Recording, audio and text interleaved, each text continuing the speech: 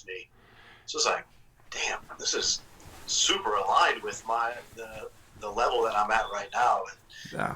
And anytime, that's exciting anytime you find that. That was like It's like, holy shit, like yes. last year. That was a really intense time. I was going through like a major like transformation.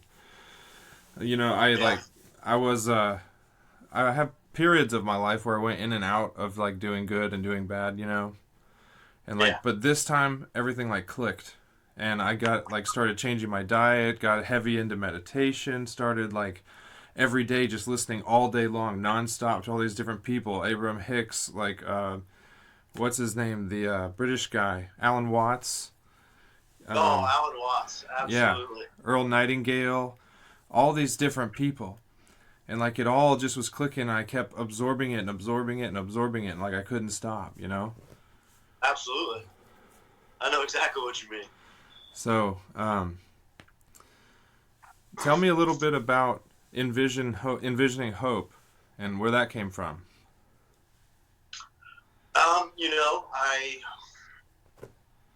part of my awakening, I don't know if you're familiar with a festival called the Envision Festival, um, but a huge part of my awakening, and really the thing that broke my heart and mind wide open, I was a police officer Okay. after I got out of the military, and I went through this 12-week Awaken the Warrior Spirit program. Everything was going well in life. I just got really content Yeah. and really just kind of mundane and not really setting goals for myself, just kind of coasting through life. And I have a buddy that I went to school with that moved to Costa Rica many years ago. And he hit me up out of nowhere. He's like, hey, I'm starting this online program, Awaken the Warrior Spirit, to teach you about spirituality, how to eat properly, and whatnot. Living from the ego and living from the analytical mind, I'm like, I'm not really into this hippie shit, So I was like, I'm not really interested. And then another buddy of ours joined the program, and he made a video. Part of joining the program was to do a Facebook Live video stating why you're doing the program and what you look to get out of it. Yeah. And when I was watching his video, it was just like everything he was saying. If I had my eyes closed and I didn't know the difference in the voice, I could have swore it was me talking to myself. Oh wow. It was like everything this guy was saying was resonating so deeply. It started triggering all these different negative emotions. Like, holy shit, like you're really not holding yourself accountable because you're hearing this stuff and you're being triggered left and right. Yeah. What's going on? So I called my buddy back and I was like, hey, man, I'll do the program. And we did a phone interview, and he was like, it's going to sound bad, but you're going to be a really difficult one to deal with in the program because I was all like posting all about Trump and all this ego shit, all this political stuff. It's like, he was like, you're really going to be tough, but, I would like you to be in the program. So Rewind went through the program, really had some profound experiences within it, and he invited me to Costa Rica to attend this transformational festival called the Envision Fest. And you should look into it, man. It's really powerful. And I get down there, and man, I felt like a fish out of water. I got the military haircut, super militant, and I get down there, and it's all like dreadlocks and chicks with hairy legs, and I'm like, what the fuck did I get myself into? What have I done? Yeah. And so the first night, everybody kind of did their own thing and took some psychedelics, and I was like, I'm not touching that stuff. That's not familiar with my territory. Haven't scoped the place out completely to feel comfortable with it. So I kind of sat back. I drank a couple beers, and they all went to bed, and I was kind of sitting off in the darkness smoking a cigarette. And I know this is a really long story. I'm sorry. No, go ahead. Kind of sitting off smoking a cigarette, people watching, and I was tense as hell, so I was like cracking my neck, and this lady comes up to me. She's like, made small talk, asked for a cigarette. I gave her a cigarette, and then she went on her way. Well, 5 minutes later, she's back as I'm cracking my neck, and I open my eyes again. She's right there. Oh my god. She's like, you're really uncomfortable, aren't you? Yeah, like I'm really questioning what the hell I'm doing here. And so, yeah, long story short, she really opened me up through some breathing exercises and some different things. And so Envision came from that mostly. I got it. And Envisioning Hope is like, everybody is so pessimistic in our society, man. And hope is something that people lose sight of when they're going through hard times. So Yeah. Envisioning Hope just kind of resonated deeply with me. So Yeah, man, that's it's really cool. fun. It's funny, we ended up at like similar places, but I was completely opposite of that. Growing up, my granddad was like into shamanism, and we made Native American things together, like turtle shell things and shakers, and did pottery and talked to ghosts, you know. And I was always spiritual, and I always talked to God, and I always was into that. And my psychedelic experience was a car accident when I was 11. We hit a tree. Well, I was 11 or 12. We hit a tree, and I had the experience of being all things where God was like, you know, when you fall in love with somebody, that feeling you get inside, that's what God was in that moment to me. And I was inside of it, and I was spread out, and this old man like came over my head, and he just like comforted me, and like I went to the hospital. An angel in the helicopter knocked the IV bag off the ceiling because like I was dying, and the IV bag fell on my face and like woke me up, and I like got to the hospital. Man, it was crazy. And every single day since then, I've been going towards this thing, you know. Oh man, that's beautiful.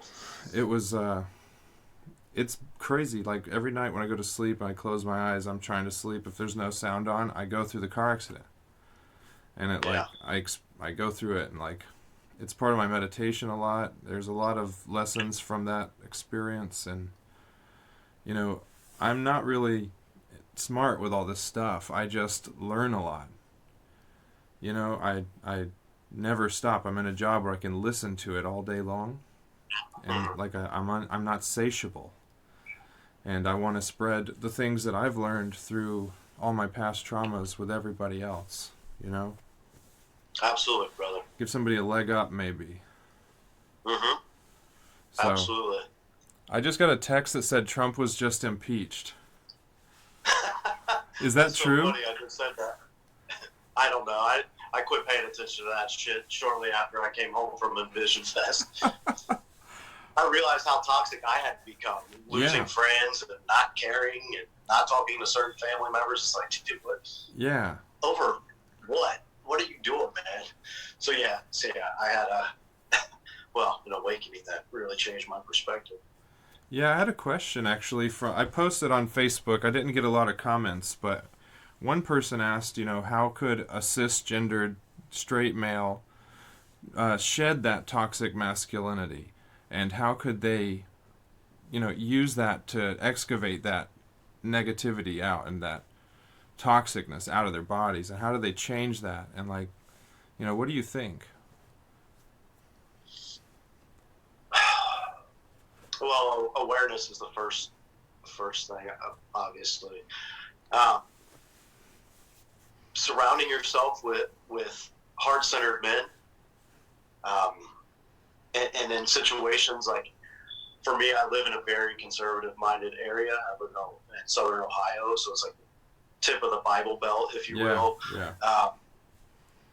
So it's really just being aware and surrounding yourself with good company, and then on a personal level, having practices to bring your awareness to that, such as meditation, Absolutely. or whatever your practice may be, to bring mindfulness to your own actions and your own truth. So it takes a lot to go inside of all the decisions you make each day, and figure out why you make them, and how you really feel about it. Like, how you really feel about something's different than how you feel about something, because everybody's constructed this in you. And when you're small, you're a child, you make decisions, and you make them because you feel a certain way, but that changes, you know. And it's hard to teach someone who's been doing that for so long that it's okay to let go of all that pressure, you know. Like, absolutely. I don't know how men were in your life growing up, but for me, if you did anything even remotely pink, they would tease you and like destroy you basically. Yeah. Were people like that in your experience? Not to the harshness, not on that spectrum end of the spectrum, but I grew up playing 3 sports, so I was on a sports field Yeah. year round, and so um, yeah, it was like that. Yeah. If you got hurt, it was get up, rub some dirt on it, walk it off. You're okay. Stop being a girl. Stop. You name it. You insert the degrading, Yeah. toxic masculine Yeah. sentence. And there's nothing Yeah, wrong with saying, brush it off, but maybe say it, hey, brush that off. We can all be strong. right, Maybe it does hurt, but feel that and learn from that. right, Learn not make that mistake again. But we right. don't have to be like insulting anybody for any reason. If I feel like nobody wants to bring up the other people around them because then they won't get whatever it is that they want. And I think we Yeah, should absolutely. really focus on making sure everyone around us is successful. You know. Absolutely, absolutely. We come from a place of fear and scarcity, and instead of realizing that when you live from heart center, life can be so abundant Yeah. with anything. We are abundance. Our soul creates abundance for us, and we fight against it. But by programming our young people to suppress that side of themselves and confuse them, but by telling you're not hurt, Yeah. but you're feeling inside like I am hurt. I am hurt, but you have this strong male figure that you look up to who's like, you're not hurt. It's like, okay, I'm not hurt. It just starts perpetuating the programming, the egoic programming, Yeah. the toxic masculine programming. And it goes so much deeper than that too. Men hold a lot Yep. of trauma deep inside, and like they treat it differently, than the feminine energy side would treat it. And I feel like men with psychological problems or men with emotional problems don't get any help. They don't even know to look for it because they've been taught, that's not a man. You can't do that, you know. And Right. so we have to bring the awareness that it's okay to be weak because your weakness is the strength you're showing that you can change, you Absolutely. know. Absolutely. That vulnerability is huge. Yeah. And men have always, not always, men in my experience have always suppressed that within the youth and within themselves. Definitely. So it's like even if it's not following the verbiage they use, or it's following their example Yeah. of never seeing the strong men in your life cry, Yeah. never seeing them weep, never seeing them, whatever it may be. If you're talking on those deeper levels, it's like it doesn't matter if they never say anything to you about sucking it up or suppressing it. You are seeing them always be okay, Yeah. and it's not reality. No, It's not not. at all. And you made a good point. It's about example.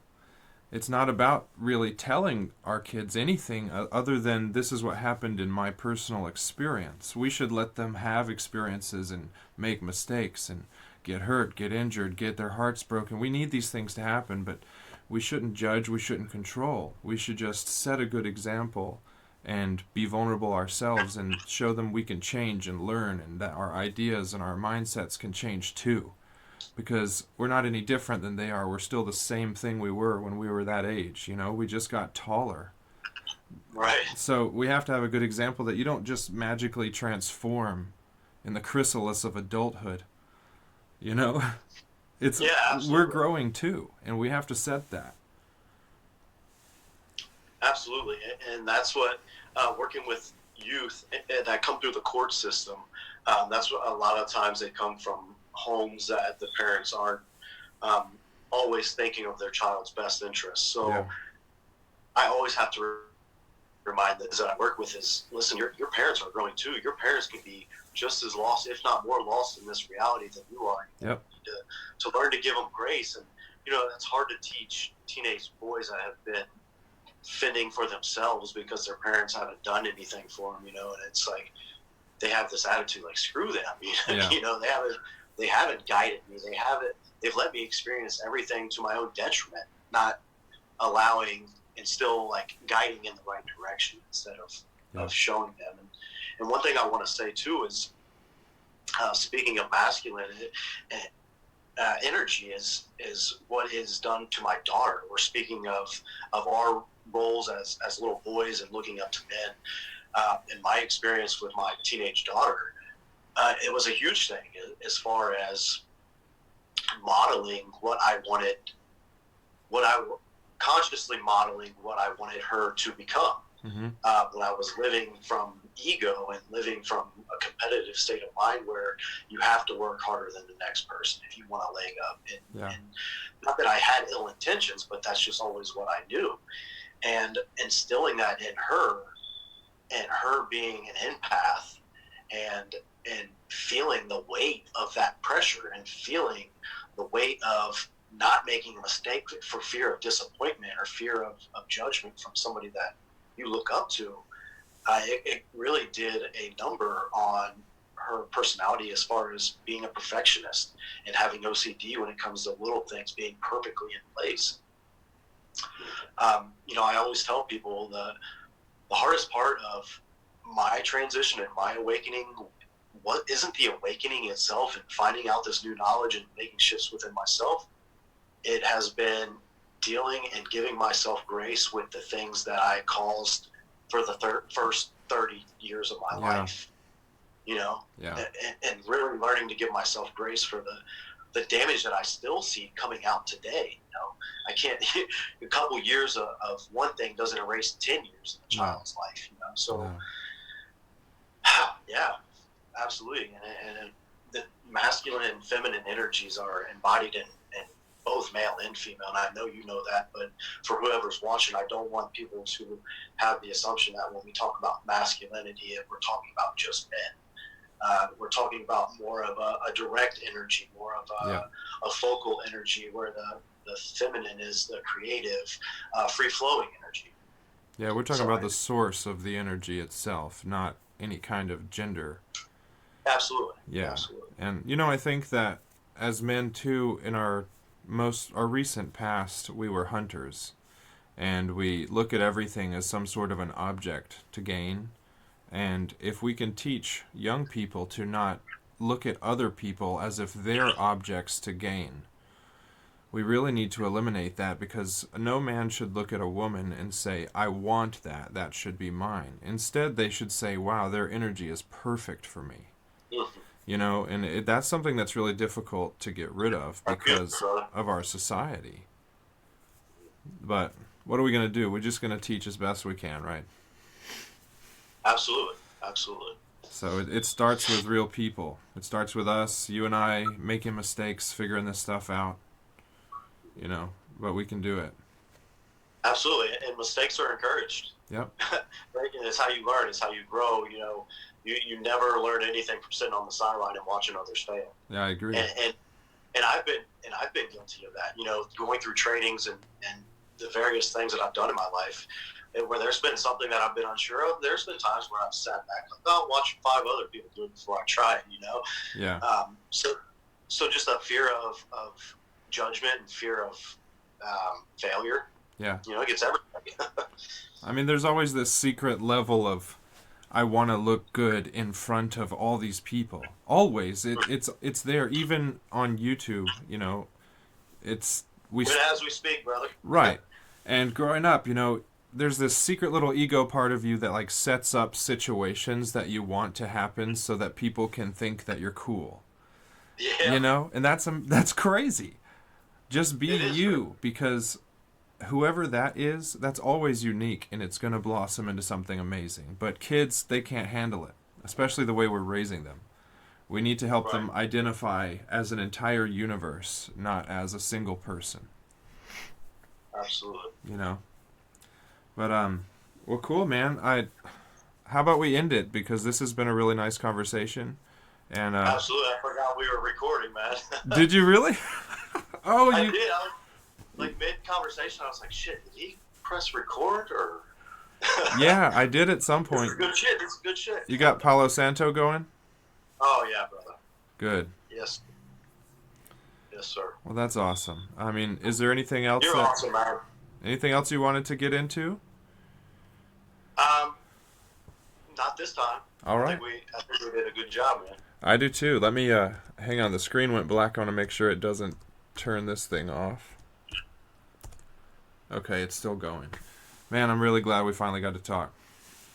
For sure, man. So I'll shoot this over to you in a little while, okay?